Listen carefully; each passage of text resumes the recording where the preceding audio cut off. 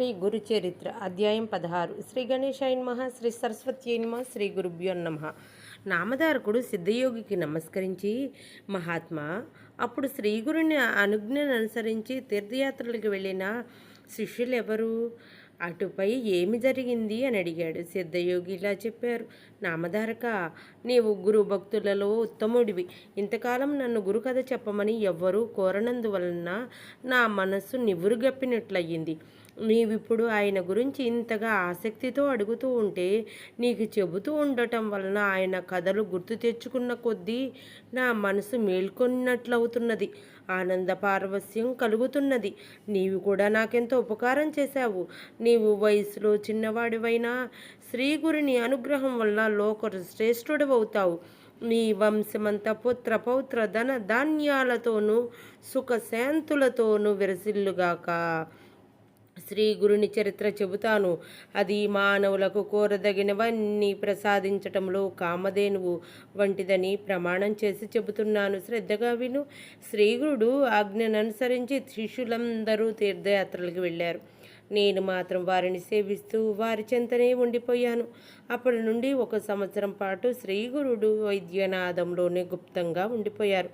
ఒకనాడు ఒక బ్రాహ్మణుడు వచ్చి స్వామికి సాష్టాంగ నమస్కారం చేసి, స్వామి, నేను ఆత్మసిద్ధికై ఎంతో కాలం తపస్సు చేసినా కానీ నా మనసు ఏమాత్రము ప్రశాంతమవ్వలేదు. కానీ మీ దర్శనం చేతనే నాకెంతో ఆనందం కలుగుతున్నది. నా మనస్సు స్థిరమవ్వకపోవడానికి కారణం ఏమిటి? మీరు లోకాన్ని తరింపచేయటానికి అవతరించిన దైవస్వరూపులు. నన్ను అనుగ్రహించి నాకు తగిన ఉపదేశం చేయండి. మిమ్ములను శరణు వేడుతున్నాను అన్నాడు. శ్రీ గురుడు నవ్వి, నాయనా, నీవు గురువును ఆశ్రయించకుండానే తపస్సు ఎలా చేశావు అని అడిగాడు.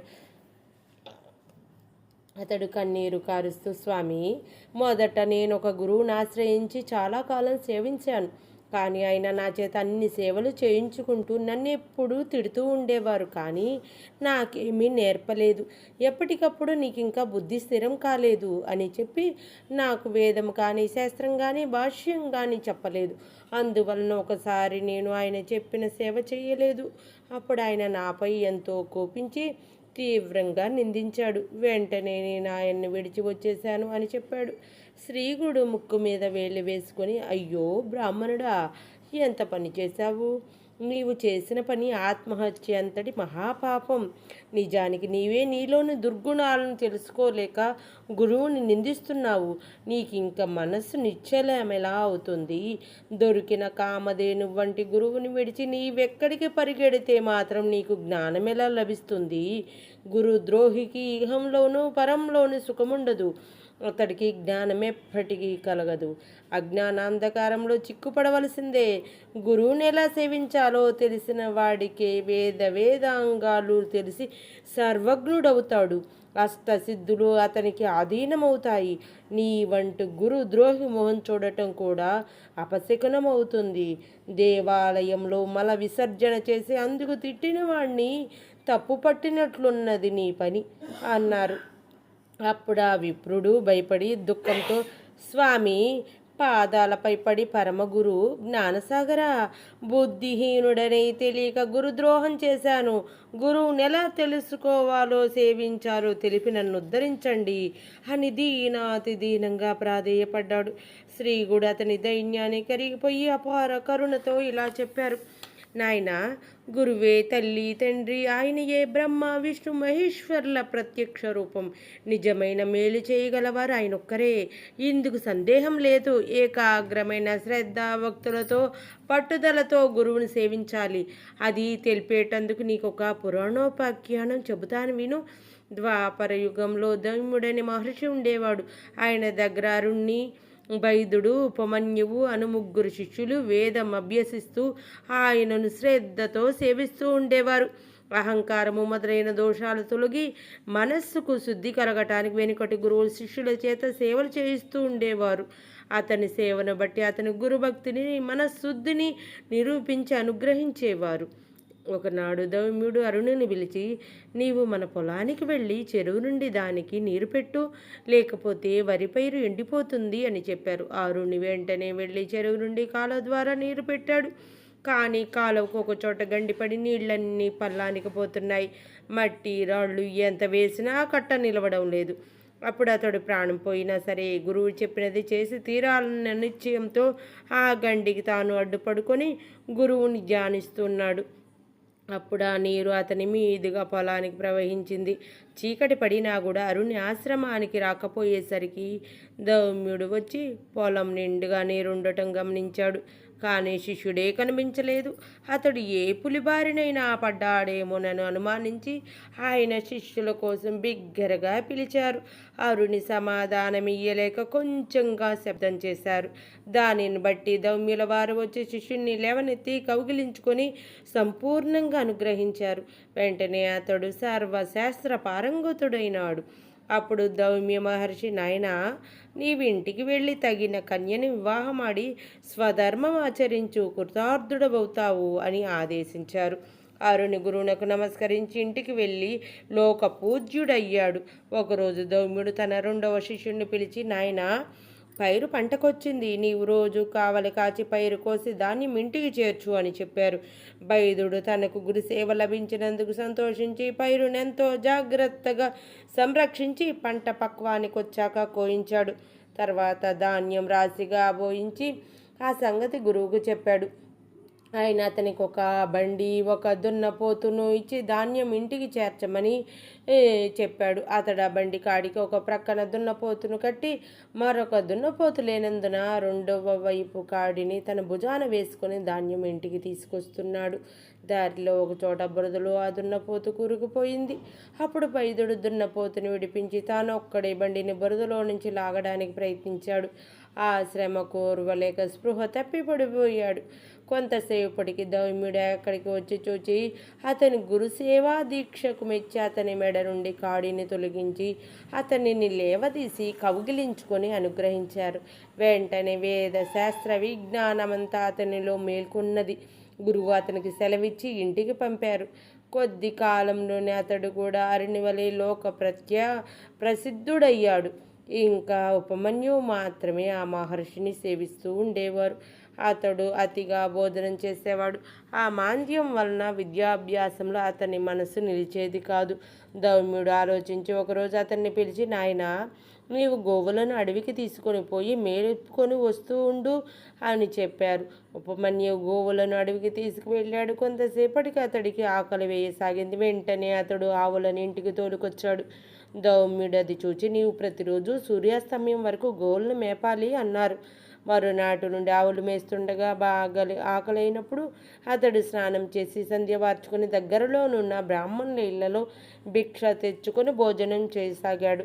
అందువలన కొద్ది కాలానికి అతని శరీరం మంచి పుష్టి కలిగింది. అది గమనించిన దౌమ్యుడు ఒక రోజున అతనిని అడిగి కారణం తెలుసుకొని, నన్ను విడిచి భోజనం చేస్తున్నావట్రా? నిత్యము నీవు చేసుకొచ్చిన భిక్ష నాకిచ్చి మరలా అడవికి పోయి ఆవులను మేపుకొని రావాలి అని ఆజ్ఞాపించారు. ఉపమన్యువు అలా చేస్తూ ఉండటం వలన ఆకలి అతనిని ఎంతగానో బాధించేది. అతను తాను మొదట తెచ్చుకున్న భిక్షను గురువుకు అర్పించి రెండవసారి భిక్ష తీసుకొని తినసాగాడు. అందువలన అతడి శరీరం పుష్టిగా ఉండటం చూచి దౌమ్యుడు కారణం అడిగి తెలుసుకొని ఆ రెండవ భిక్షను కూడా తమకే ఇవ్వమని చెప్పారు. ఉపమన్యువు కొంచెమైనా బాధపడక అలానే చేసి ఆవుల దగ్గర దూడలు త్రాగగా మిగిలిన పాలు త్రాగి ఆకలి తీర్చుకోసాగాడు. అందువలన కొద్ది కాలంలోనే అతని శరీరం మరింత లావెక్కింది. ఒకరోజు దౌమ్యుల వారు అందుకు కారణం అడిగి తెలుసుకుని, ఒరే, పశువులే ఎంగిలి పాలు త్రాగితే పశువులే నీవు కూడా బుద్ధిహీనుడవవుతావు, కనుక త్రాగవద్దు అని నిషేధించారు. ఆ మరునాడు ఆకలి వేస్తుంటే జిల్లేడు పాలు ఎంగిలివి కావని తలచి వాటిని ఒక దొప్పలో పడుతుండగా ఆ పాలు అతని కళ్ళలో వచ్చింది. అతని కళ్ళు రెండు కనిపించలేదు. తర్వాత అతడు గోవులను వెతుక్కుంటూ పోతూ ఒక బావిలో పడిపోయాడు. సూర్యాస్తమయమైన శిష్యుడింటికి రాకపోయేసరికి అతనిని వెతుకుతూ దౌమ్యుల వారు అడవికి వెళ్ళారు. ఆయన కేక విని ఉపమన్యు బావిలో నుండే సమాధానం ఇచ్చారు. ఆ మహర్షి బావి వద్దకు వెళ్ళి అతని దుస్థితి తెలుసుకొని అశ్విని దేవతలను ప్రార్థించమని చెప్పారు. ఉపమన్యువు అలా చేయగానే అతనికి దృష్టి వచ్చింది. వెంటనే అతడు బావి నుండి బయటకు వచ్చి గురువుకు నమస్కరించాడు. దౌమ్యుడు అతని గురు భక్తికి మెచ్చి అతని తలపై చేయి పెట్టి, నాయనా, నీ కీర్తి 4 దిక్కులా వ్యాపిస్తుంది. నీ శిష్యులు కూడా నీ అంతటి వారవుతారు. వారిలో ఉదంకుడనే శిష్యుడు తన గురుభక్తి చేత నాగలోకాన్ని జయించి నాగకుండలాలు నీకు దక్షిణగా సమర్పించగలడు. నీ కీర్తిని శాశ్వతమునర్చగలడు అని ఆశీర్వదించాడు. అతడు గురు కృప వలన వేదశాస్త్ర పారంగతుడై ఇంటికి వెళ్ళి గృహస్థాశ్రమం స్వీకరించాడు. కాలాంతరంలో దౌమ్యుల వారి ఆశీర్వచనం పూర్తిగా ఫలించింది. కనుక నాయన, గురువుని అనుగ్రహంతో పొందలేనిది ఏదీ లేదు. గురు ద్రోహం వలన ఇహ పరాలలో సుఖమే ఉండదు.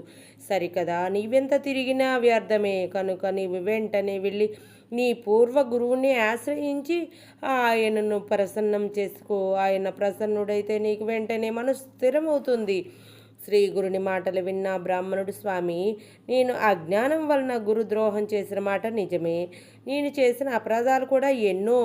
విసిగిన గురువు మనసు అతకడం సాధ్యం కాదు. ఇక నేను బ్రతికి ప్రయోజనమేమి? నా పాపానికి పరిహారంగా నా ప్రాణాలు విడుస్తాను అని తీవ్రమైన పరితాపంతో ఆత్మహత్యకు సంసిద్ధుడయ్యాడు.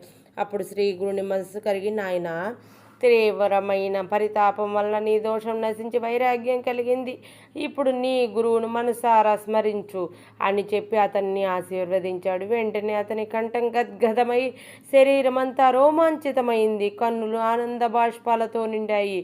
అతడు కృతజ్ఞతతో స్వామి పాదాలకు నమస్కరించగానే వేద శాస్త్రాల సారం అతని హృదయంలో ఉదయించింది. అప్పుడు శ్రీగుడు, నాయన, నేను చెప్పిన గురు మహిమ హృదయంలో నిలుపుకొని నీవు గురువు వద్దకు వెళ్ళు. నీవు నమస్కరించగానే ఆయన ప్రసన్నుడవుతాడు. ఆయనే నేనని తెలుసుకో అన్నారు. అతడు అలాగే చేసి తర్వాత ముక్తి పొందాడు.